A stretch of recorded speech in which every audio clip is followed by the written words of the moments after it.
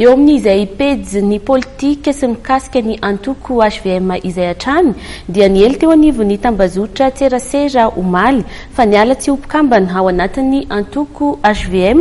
ny solombavambahoaka Nantala Laisoa Jean-Pierre na Jaovato nanamafy ity parlementa ity androany fa diso io fanambarana io ary mijanona ao hatrany ompikambana ao anatin'ny antoko HVM ny tenany mbolavola Ravoavy sy Tsiry Rakotorson hatrany. Za koa raha mba nahenon'izy io sady nahita ihany koa le publication tam Facebook fa zaho zany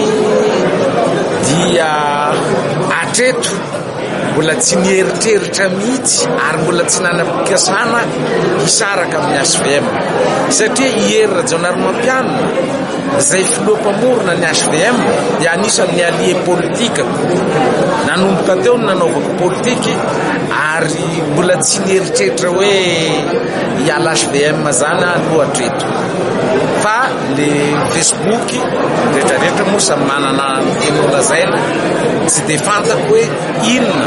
ny antony ilazana zavatra ohatran'ireny. Eto aho zany dia manamafy horetany horen-danitra fa ny depoteny Antalaha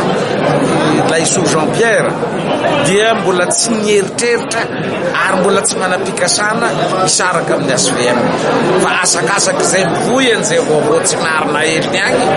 tompona andraikitra amin'ny zavatra resahana izy.